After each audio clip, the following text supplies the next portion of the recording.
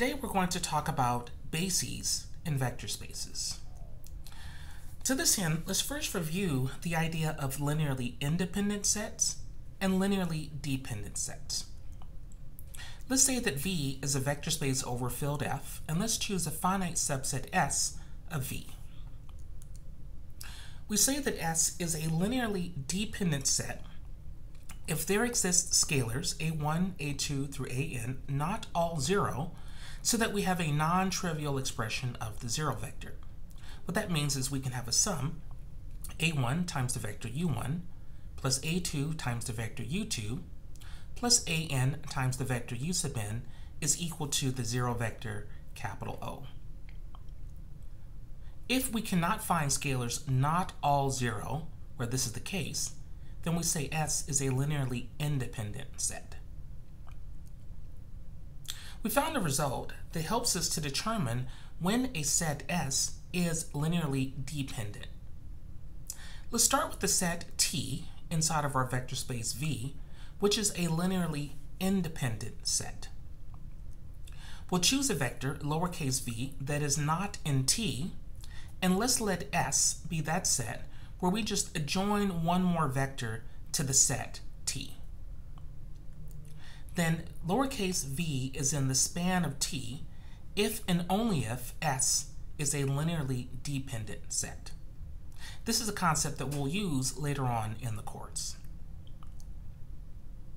Now we're ready to define what a basis is. Let's let V be a vector space. Given a finite subset beta, the following two statements are equivalent. First, beta satisfies two properties. That is, our vector space V is spanned by beta, and next, beta is a linearly independent set. Those two properties are equivalent to saying each vector, lowercase v, can be uniquely expressed as a linear combination of vectors from beta. In other words, given our vector lowercase v, we can find unique scalars a1, a2 through an such that lowercase v is a1 times the vector u1 plus a2 times the vector u2 plus an times the vector u sub n. If either of these two properties are true, we'll say that beta is a basis for V. First, let's try to talk about the proof of the statement here. Because we have our two statements being equivalent, we need to work through two different directions. So let's assume that beta is a linearly independent set which spans V. We're going to show that each vector from the vector space can be uniquely expressed as a linear combination of vectors from beta. So to this effect, let's choose a vector lowercase v. Well, since capital V is spanned by beta, then there exists at least one way to express lowercase v as a linear combination of vectors from beta. That is, there exist some scalars a sub 1, a sub 2 through a sub n such that lowercase v is a1 times u1 plus a2 times u2 plus a sub n times u sub n. Now, let's say, what if there were more than one way to express such a v as a linear combination? Let's maybe write it out as a1 u1, so on and so forth. Also, let's write it out as b1 u1 plus b2 u2 plus b sub n u sub n. Well, we can subtract the right-hand side away from the left-hand side, and then we'll find an expression of the form c1 u1 plus c2 u2 plus c sub n u sub n equals to the zero vector. In terms of the scalars, c1 is equal to a1 minus b1, c2 is equal to a2 minus b2, and so on. This is an expression involving the zero vector. Now, we're assuming that beta is a linearly independent set, so there are no non-trivial expressions, meaning that the c's here must be zero. But if the scalars, the c's are zero, this means that a1 equals b1, a2 equals b2, and so forth. showing that the linear combination for a vector lowercase v must indeed be unique. So this shows the first direction. Conversely, let's say that every vector lowercase v can be uniquely expressed as a linear combination of vectors from beta. We'll prove then that beta is a linearly independent set which spans v. First, let's prove that beta spans the vector space v. Given any vector lowercase v, we know that it can be expressed as a linear combination of elements from beta. So, by definition, capital V is spanned by beta. It suffices now to compute that we actually have a linearly independent set. So to this effect, let's see if we can write down a non-trivial expression for the zero vector. To this effect, let's take a look at the equation a1 u1 plus a2 u2 plus a sub n u sub n equals to the zero vector.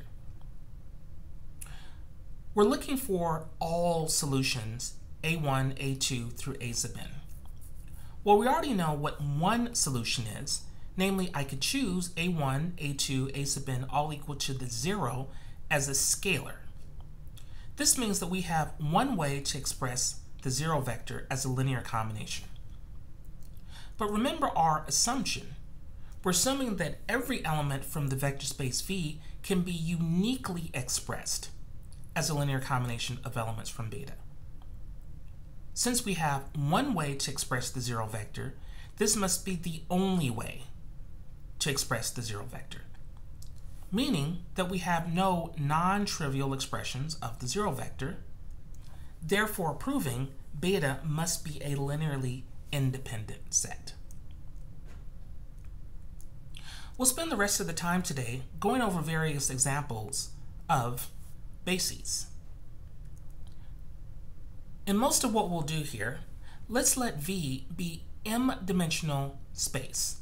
That is, here we want m tuples where the coefficients will all be real numbers. First, take a look at the case when m is equal to 0. That is, we're going to let V be the trivial vector space. In this case, we actually find that beta being the empty set and S being the singleton set consisting of 0 both span the vector space V. However, S is a linearly dependent set because if I take 1 times the 0 vector, I always get back the 0 vector. I can think of this as a non-trivial expression of the 0 vector. Hence, S must be a linearly dependent set. On the other hand, beta, that is the empty set, must be a linearly independent set. You can just stare at the various definitions of what it means to be linearly independent and realize that the definitions are vacuous. Because beta has no elements, there's really nothing to check. This shows that S, namely the singleton set consisting of the 0 vector, is not a basis for the vector space V, whereas beta, namely the empty set, is a basis for V. Let's move on to the case when m is equal to 2. That is, we're going to let V denote the real plane, R2. On the one hand, we know that we can express every vector from R2 as a linear combination of these vectors we're denoting by e sub 1 and e sub 2. Namely, I can take any vector, c1, c2, and write it as c1 times the vector 1, 0, plus c2 times the vector 0, 1.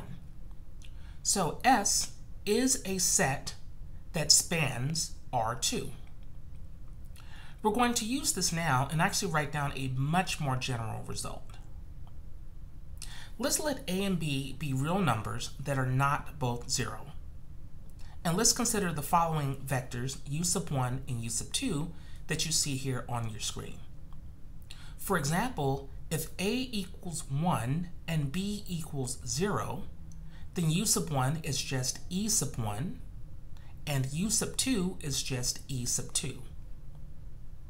So this example here on the screen is actually much more general than the E1 and E2 we wrote above. The statement is that the set beta consisting of these two vectors e sub 1 and e sub 2 is a basis for R2. Well, let's try to explain why this is the case. Remember that we have to show two statements. One, that beta spans R2, and two, that beta is a linearly independent set. Well, to show that beta spans V, we have to show that any vector from V is a linear combination of these vectors u sub 1 and u sub 2. Well, you can see here on the screen that given a vector c1, c2, we can explicitly compute what the scalars a sub 1 and a sub 2 are. So again, these are just simply scalars such that the left-hand side equals the right-hand side. Next, let's ask whether we can write down a non-trivial expression for the zero vector. So this means we need to take a look at the equation a1 times the vector u1 plus a2 times the vector u2 is equal to the zero vector. By looking at the first and second rows, we have here a system of two equations, two unknowns. By playing around with it, doing a little bit of algebra, we'll find that the only solution corresponds to a1 equals to 0 and a2 equals to 0. This means that there are no non-trivial expressions of the zero vector. Hence, this proves that beta is indeed a basis. We'll come back to this later, but we'll just mention this now in passing. Actually, the way that we've written down this beta is that it's an example of an orthonormal basis. In fact, because A and B can be chosen to be pretty much whatever we want, we've actually shown that there are infinitely many bases for R2. As a reminder, when A equals 1 and B equals 0, the set E1, E2 is a basis, and actually we call this the standard basis for R2. We can do something very similar for R3, for three-dimensional space. We'll just skim over the ideas here. We can express any vector in R3, namely C1, C2, C3, as a linear combination of three vectors that here we're denoting as E1, E2, and E3. This, as you might imagine, fits into an infinite family. Given any three scalars A, B, and C, such that A and B are not both 0, we can write down the three vectors that you see here on the screen. For example, when A is 1, B is 0, and C is 0, we just recover E1, E2, and E3. This proposition asserts that the set beta consisting of these three is a basis for R3. We'll skim over the reasons why, just like before. First, beta spans R3 because we can write any vector, C1, C2, C3, as a linear combination of these three, U1, U2, and U3. The reason being, well, here explicitly we've actually written down what the scalars A1, A2, and A3 must be in order for this equation to hold. Next, we cannot find a non-trivial expression of the zero vector because if we were to try to find all solutions A1, A2, A3 to the following equation, A1 times U1 plus A2 times U2 plus A3 times U3 equals the zero vector, then we'd find that the only solution is A1 is 0, A2 is 0, and A3 is 0. This does indeed show that beta is a basis for R3. We'll come back and talk about this later, but just like before, we've chosen this beta to be an example of what's called an orthonormal basis. And actually, moreover, we've chosen this very nicely so that it satisfies these so-called cross-product relations. Again, we'll come back and we'll talk about this later on in the course.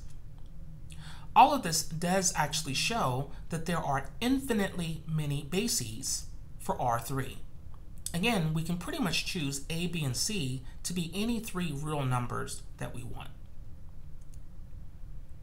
As a reminder, when A is 1, B is 0, and C is 0, we recover the basis vectors we talked about before, E1, E2, and E3. The set consisting of these three is what we call the standard basis for R3.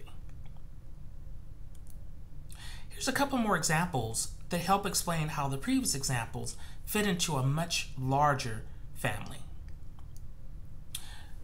Instead of looking at the cases when M is 1 or M is 2 or M is 3, let's take M to be any positive integer, and let's consider the collection of m-dimensional vectors. Just like before, we can take any m-dimensional vector and we can write this as a linear combination of these vectors that we're denoting as e sub 1, e sub 2, e sub 3, and so on. You'll see here that each of the e's has exactly one non-zero element as its coordinate, and that non-zero element is the number 1. This here, turns out, is a basis for Fm. We call this the standard basis for Fm.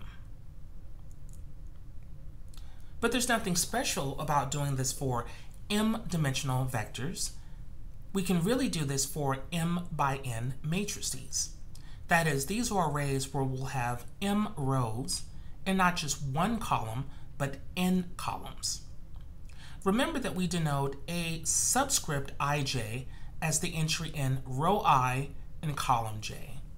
The rows are when we move top to bottom, and the columns are when we move left to right. We can express every matrix as a linear combination of other matrices, where these matrices, E superscript ij, are those m by n matrices where I have 0 entries everywhere except for one non-zero entry, which is in row I, column j. For example, you'll see here on the screen that E superscript 1, 2 has zeros everywhere, except if I move up to down just one row, then moved left to right over 2 columns, I have a number 1. That is the only non-zero entry. With this collection of matrices, we call the set beta the standard basis for this collection of m by n matrices. As a reminder, the notation E superscript ij should not be confused with the notation E subscript ij. Indeed, the superscripts tell us that we're dealing with an m by n matrix whose only non-zero entry is a 1 in row I, column j. Whereas the subscripts say, let's take a look at the ij entry for some matrix E.